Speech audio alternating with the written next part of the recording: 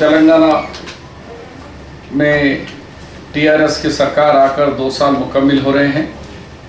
ये 2 साल के अंदर अगर सबसे ज़्यादा किसी को नुकसान हुआ है तो वो अक़लियतों और ख़ास तौर पर मुसलमानों की ये सरकार में बहुत बड़ा नुकसान हुआ है। मिसाल के तौर पर केसीआर साहब ने अपने इलेक्शन मैनिफेस्टो में कहा था मंशूर में कि मैं 12% मुसलमानों को रिजर्वेशन कोटा दूंगा। वो आज तक 12% हवा में लटक रहा है। वो कहाँ है, कैसे देंगे, उसका कोई रोड मैप उसका पता नहीं है। देना तो किधर है बात की बात है, लेकिन सुप्रीम कोर्ट ऑफ इंडिया में चीफ जस्टिस ऑफ इंडिया के साथ 4-5 जजेस की दस्तूरी बेंच सुनवाई कर रही है तो तेलंगाना के वकला लापता है। तेलंगाना से कोई नुमाइंदगी भी नहीं है वहाँ पर। तो इससे जाहिर हो रहा है कि ये हुकूमत कितनी सीरियस है रिजर्वेशन के ऊपर। इसके साथ उनका दूसरा इलेक्शन मैनिफेस्टो वाला था औखौफी जायदादों को मैं वापस दिलाऊंगा, जो गैर कब्जे हुए हैं उन कब्ज़ों से वापस दिलाकर फिर वक्फ बोर्ड को दूंगा।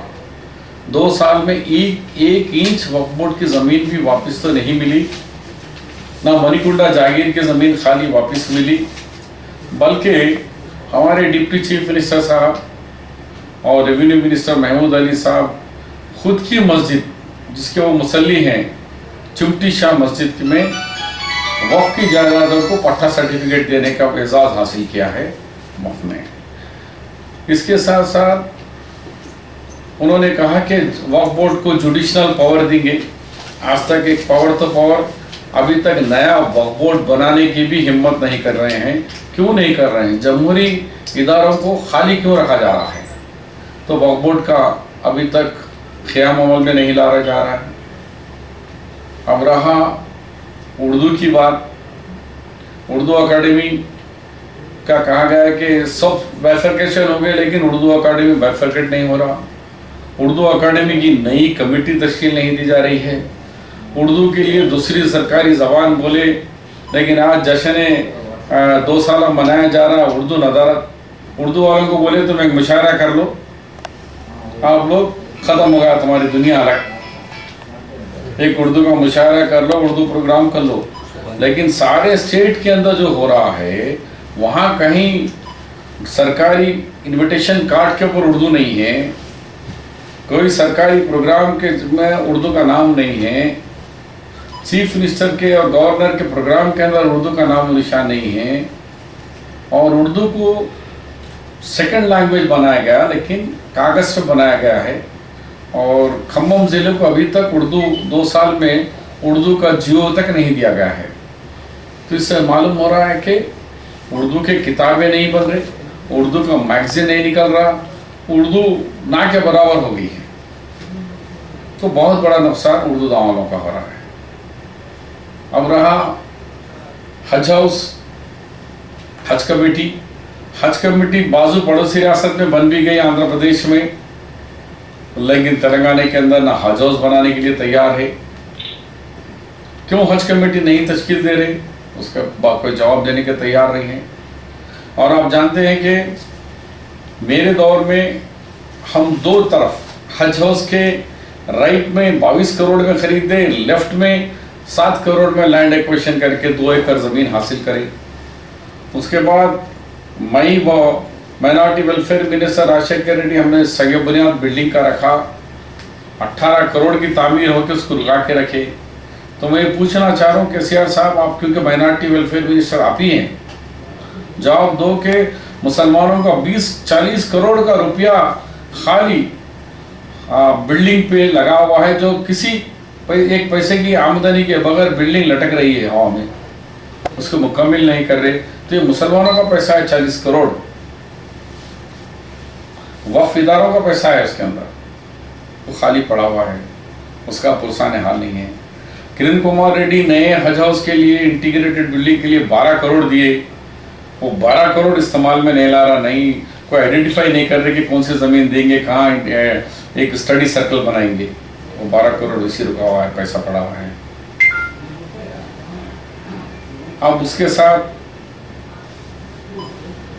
माइनॉरिटी फाइनेंस कॉरपोरेशन के अंदर जाएंगे, लोग को इतनी आस दिलाए, इतनी पब्लिसिटी करे, उसके ऊपर हज़ारों खर्च करके तमाम सर्टिफिकेट हम मुकम्मल करके नौजवान बच्चे बोल रहे साहब हम ये सर्टिफिकेट लाए, वो लगा, ये लगा, लोन वाले बोल रहे कि तुम्हारे मंडल में 2 आदमी को है, 3 आदमी को है लोन बोल रहे, लेकिन पब्लिसिटी इतनी करे कि हज़ारों लोगों को जो दरख्वास्त लगाए सबको लोन मिल रहा बोले, लेकिन वहाँ लोन ही नहीं है।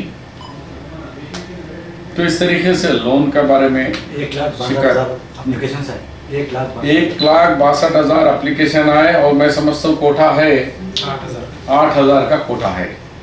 तो बताओ 1,62,000 लोगों को आपने उनको झांसा दिया, उन लोगों की तशरीह करे, लेकिन कोटा है 8,000 का। 8,000 में भी बैंक कितना मानते नहीं मालूम, आधे भी 50% भी कोटा मुकम्मल होता नहीं मालूम। तो इस तरीके से ये हुकूमत में हर चीज़ में नुकसान हुआ है, यानी मुसलमानों की तरक्की ना के बराबर हुई। अब रहा कॉलेजों की तरफ अगर आएंगे आप, तो इंजीनियरिंग कॉलेज 56 थे कांग्रेस के दौर में, आज 26 कॉलेज लगभग बंद हो गए। इंजीनियरिंग कॉलेज बंद हो गए, बीएड कॉलेज बंद हो गए, डीएड कॉलेज बंद हो गए, तो 50% अक़लियती कॉलेजेस बंद हो जा रहे हैं। फीस रिएम्बर्समेंट बच्चों को नहीं होने की वजह से हो गए। जो हमारा कांग्रेस का ख्वाब, हर घर में इंजीनियर, हर घर में तालीम याफ्ता होना, तो रिजर्वेशन और फीस रिएम्बर्समेंट हमने लागू करे, लेकिन ये हुकूमत रिएम्बर्समेंट बचाने के लिए, फीस बचाने के लिए कॉलेजों को बंद करा दे रही है। उसमें अक़लियत का बहुत बड़ा मार पड़ रहा है अक़लियत बच्चों को। तो कहाँ तरक्की हुई? क्या इसी को बोलते हैं कि रमज़ान के अंदर इफ्तारी बांट दें और ज़कात दे दें, ये मुसलमानों की तरक्की है? केसीआर की नज़र यही तरक्की है कि लाइन में ठहरो, कपड़े ले लो ज़कात के। हम जब मुस्लिम बादशाह थे तो हम लोग खड़े के लेते थे, अब मैं बादशाह हूं, तुम लोग खड़े के लो, ज़कात के लिए ठहरो। ये नहीं चलेगा, बल्कि उनको 12% रिजर्वेशन दो, उनको नए कॉलेजेस, अगर प्राइवेट कॉलेज में धांधलियाँ हो तो सरकार कॉलेजें बढ़ाए, उसमें कोर्सेज बढ़ाए, तामीरी काम करे, ना कि बड़े बड़े जश्न करने से तरक्की नहीं हो सकती। सही तरक्की होना चाहिए।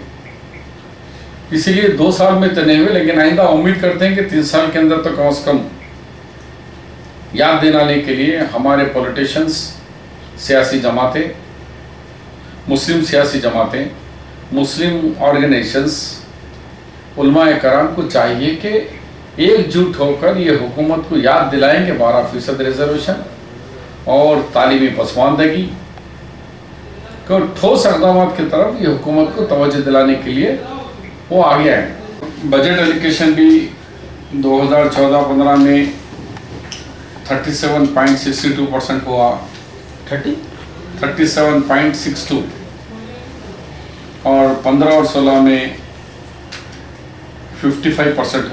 इधर स्टेट ये कर रही, सेंट्रल गवर्नमेंट भी 105 करोड़ ये साल बजट आना था, लेकिन 29 करोड़ ही आया मरकज से। लेकिन ये स्टेट गवर्नमेंट को कोई परवाह नहीं है कि जाके पैरवी करके अमाउंट लाने का, या नहीं तो नहीं लाए तो कम से कम मरकज पे इल्ज़ाम ठहराने का। मरकज सरकार बोल रही कि आपके पास के प्रपोजल ही नहीं है हमारे पास, स्टेट गवर्नमेंट बोलती कि लोगों पैसे नहीं। तो मैं ये बताना चाह रहा हूँ कि 2 साल के अंदर, और स्कॉलरशिप खास तौर पर माइनॉरिटीज़ की इंजीनियरिंग कॉलेज लगभग 56 में 25 कॉलेजेस बंद हो गए, बीएड बंद हो गए, डीएड बंद हो गए माइनॉरिटीज़ के। 56 थे, उसमें से 25 बंद हो गए। आउट ऑफ 56 25 इंजीनियरिंग कॉलेज बंद हो गए। बीएड की भी सही तादाद पूरी नहीं है, लेकिन काफ़ी मोर देन 50% ऑल कॉलेजेस बंद हो जा रहे माइनॉरिटीज़ के। तो ये 2 साल के अंदर मुसलमानों की तरक्की 0 ना के बराबर है। इफ्तार पार्टी देकर मुसलमानों की तरक्की हो गई, या ज़कात का कपड़ा देके मुसलमानों की तरक्की हो गई,